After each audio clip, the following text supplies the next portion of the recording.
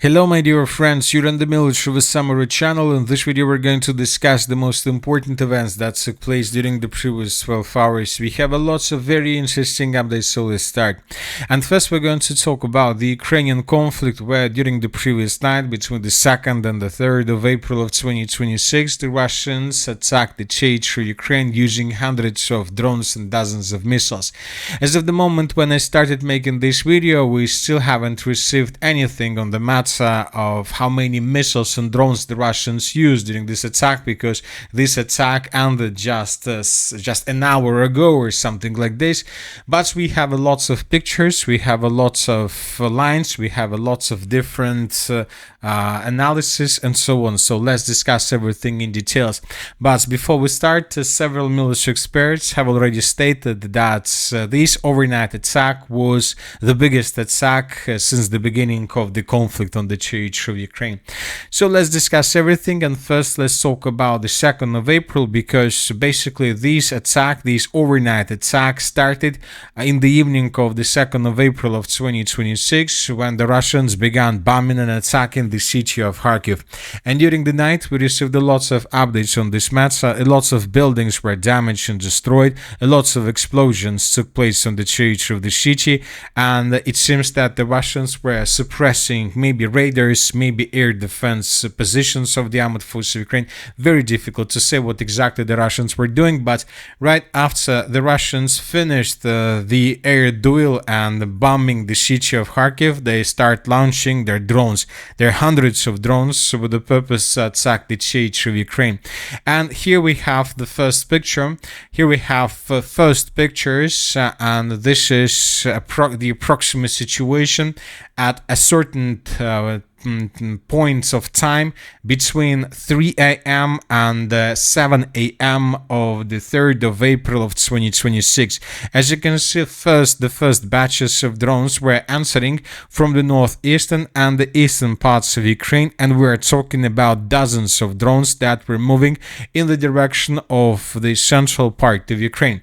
But it seems that the first batches of drones that were launched by Russians between 3 and 7 a.m. of the 3rd of April of 2026 were destroyed along the border. So as you can see here, we have lots of drones that just answer the Sumy region and the Kharkiv region, and here we don't see anything, which means that the first batches were destroyed by the Ukrainians. And it seems right after the Ukrainians destroyed these first batches of drones, the air defense missiles or air defense weapons of the armed forces of Ukraine ended, because right after the first batch of drones that ended around 6 or 7 a.m. of this morning, the Russians launched the second batch, the second wave of drones, and this time the Russians used more than 100 drones just within one attack. So just in here in this picture we can see a big batch of drones that were moving from the area of the city of Sumy in the direction of the central part of Ukraine.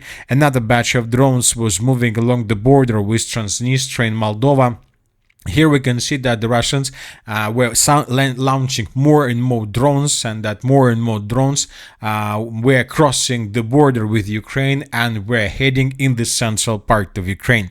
So this is probably the most important picture. Here we can see a big group of Russian drones in the central part of Ukraine around the city of Cherkasy, and here we can see how another group of drones were approaching the same area.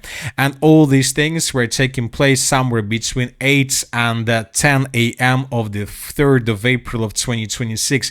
It seems before moving further, the Russians decided to concentrate a critical mass in the central part of Ukraine with probably 200 or 300 of drones before moving further. And when the Russians finished the concentration process in the central part of Ukraine, they decided to start moving further, and drones began moving in the northern and the northwestern direction, basically in the direction of the city of Kiev. And somewhere around 9 a.m. or 9:30 we received the report that the city of Kiev was completely surrounded by Russians, by Russian drones. They were flying, hundreds of drones were recorded over the city of Kiev. Lots of explosions took place during this morning. Lots of videos were published on this matter. So the city of Kiev was under very heavy fire, and the Russians used hundreds of drones for these purposes that that first they concentrated and created a critical mass in the central part of Ukraine, and then they used this critical mass to attack the city of Kiev. So, for example, this is the picture of the situation of around 10 a.m. of the 3rd of April of 2026. And this is probably the final seconds with missiles, with drones from the Russian side. And when the Russians finished with the city of Kiev with drones, they began attacking the territory of Ukraine with missiles. And first cruise missiles crossed the eastern border of Ukraine somewhere around 10 a.m. So at the same time when the Russians were attacking the city of Kiev with the first batches of drones they launched somewhere around 7 a.m. So first cruise missiles answered the territory of Ukraine, and the sources reported that Russians used dozens of cruise missiles that were launched probably from somewhere around the Caspian Sea. That was the launching site, and the missiles began moving in the western direction. And as of the first seconds of attack, first minutes of attack, it was very difficult to understand where exactly the Russians were planning to move, because, for example, from these positions the Russian missiles could move further in the southwestern direction towards the city of Odessa, or from these positions the missiles could move further in the western direction towards the cities like Lutsk, Ivano-Frankovsk, Vinnytsia, and so on. So that is why it was very difficult to understand for Ukrainians where they need to prepare their positions.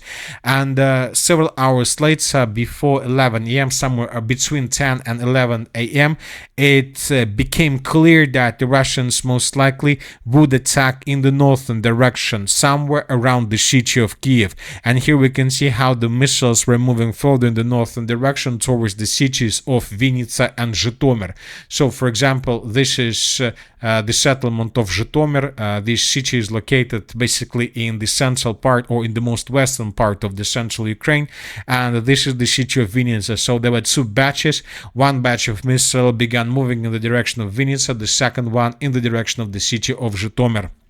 And as we discussed minutes ago, this overnight attack ended around at 11 a.m. and 31 minutes. The last missile, the absence, the disappear of the last missile of Ha-101 time was recorded right exactly at this time. And according to all these pictures, we see that the Russians using these Ha-101 missiles mainly were attacking the territory between the cities of Vinnytsia, Zhytomyr, and Korosty.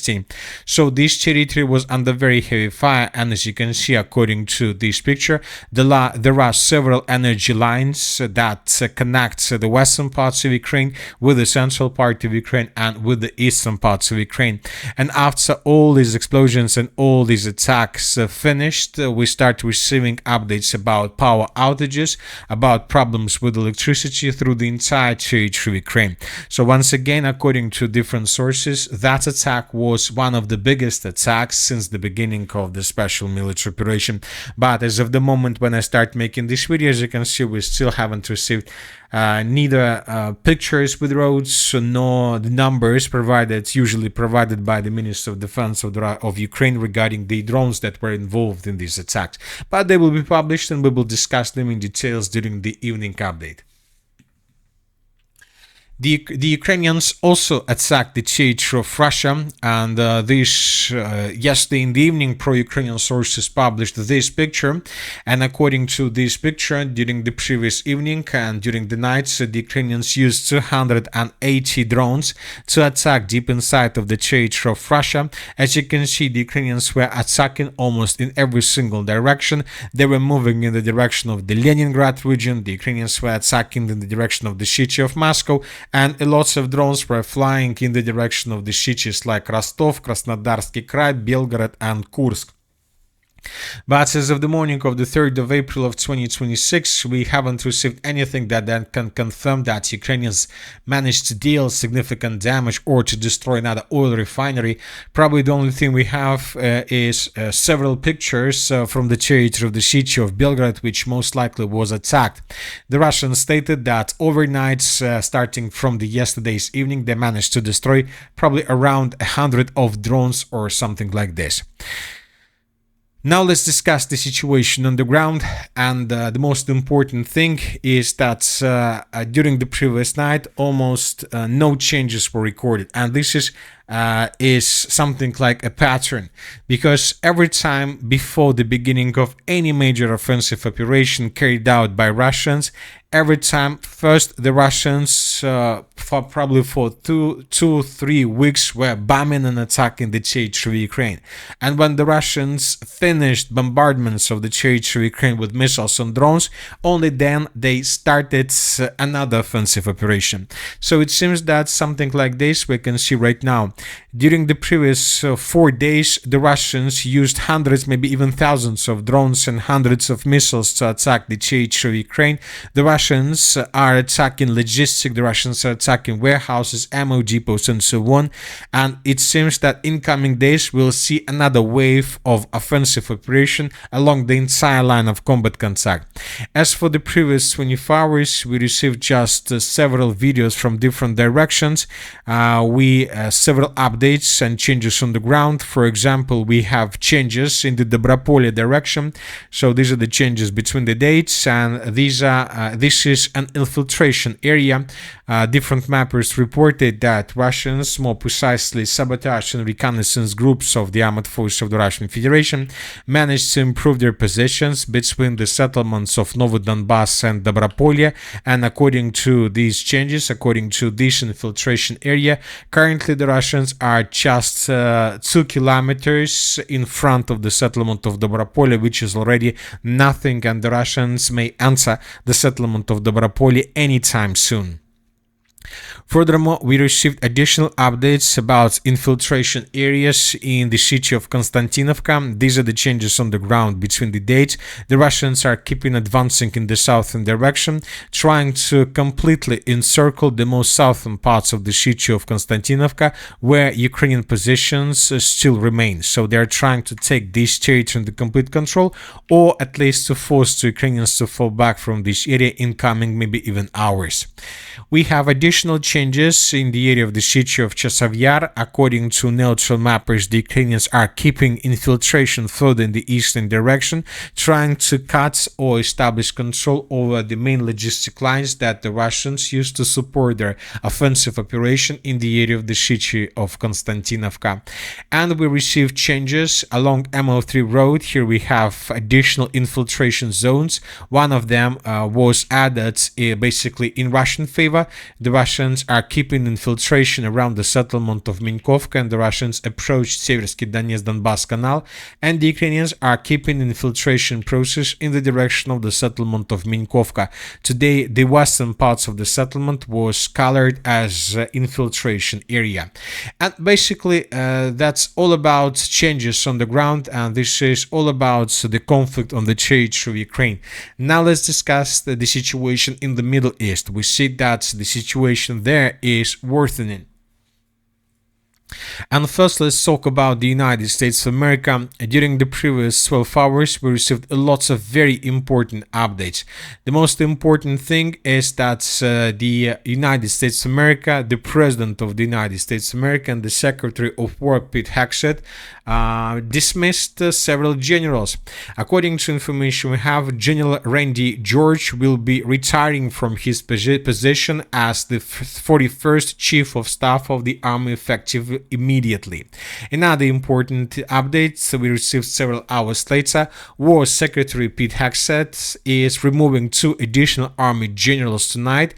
General David Horton, head of the Army Transformation and Training Command, and Major General William Green, Chief of the Army Chaplain Corps, the Washington Post reports. So 3 generals lost their positions just overnight.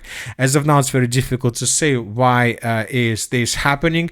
Maybe because these generals realized that any ground operation in the Middle East is a suicide operation, so maybe they just rejected to follow orders, or maybe they lost their positions due to the current situation in the Middle East, where the Iranians, almost without any resistance and any problems, continue bombing and attacking the territory of the Middle East states and the bases of the United States of America. As for the United States of America, during the previous 24 hours, during the previous nights, we received a very interesting statement made by the President of the United States of America. The biggest bridge in Iran comes tumbling down, never to be used again, much more to follow. It is time for Iran to make a deal before it is too late, and there is nothing left of what still could become a great country.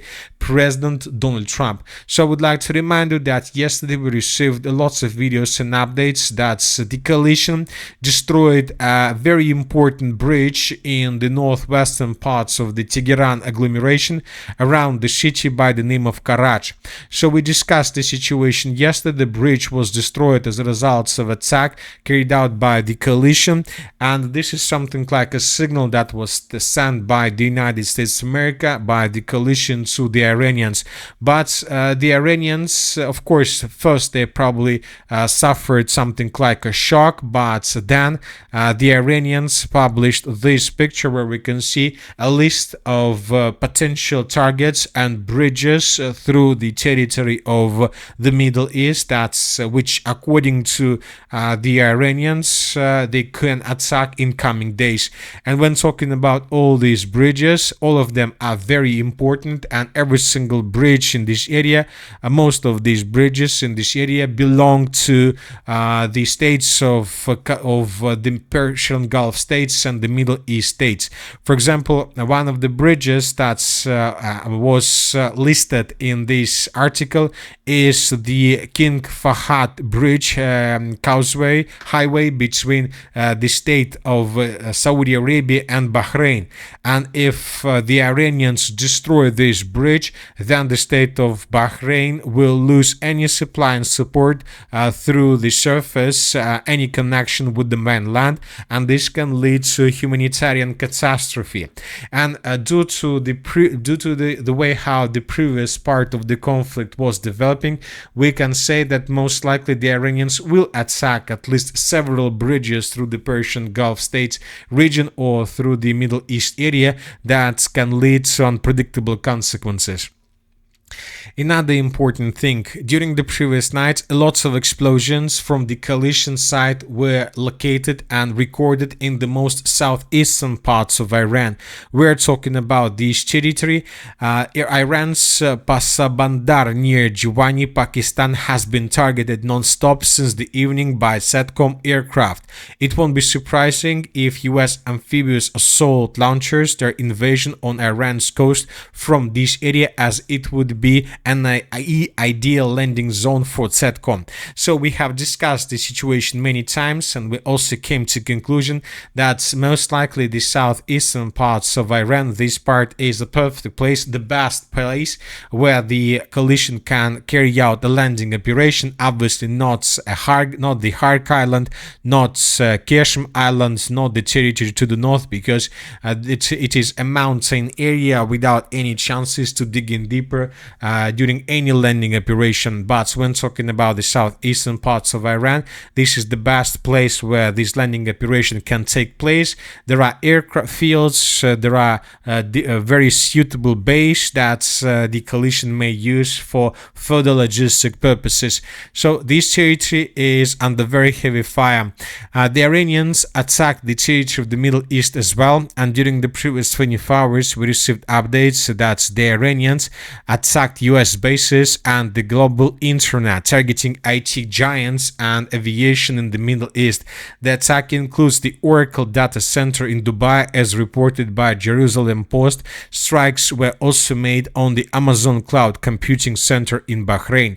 So this is a very painful damage that was dealt by the Iranians. We have lots of videos where we can see strikes of different sites on the territory of Bahrain.